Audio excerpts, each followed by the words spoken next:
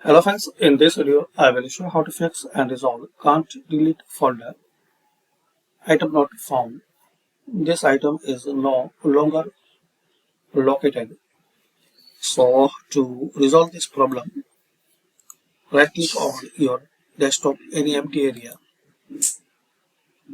and just click on refresh. Another way, click on start, search task manager. Open task manager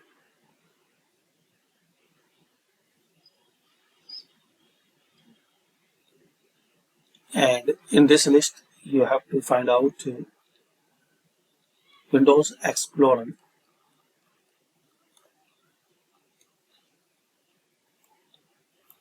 This one, Windows Explorer, right click on it and click on restart.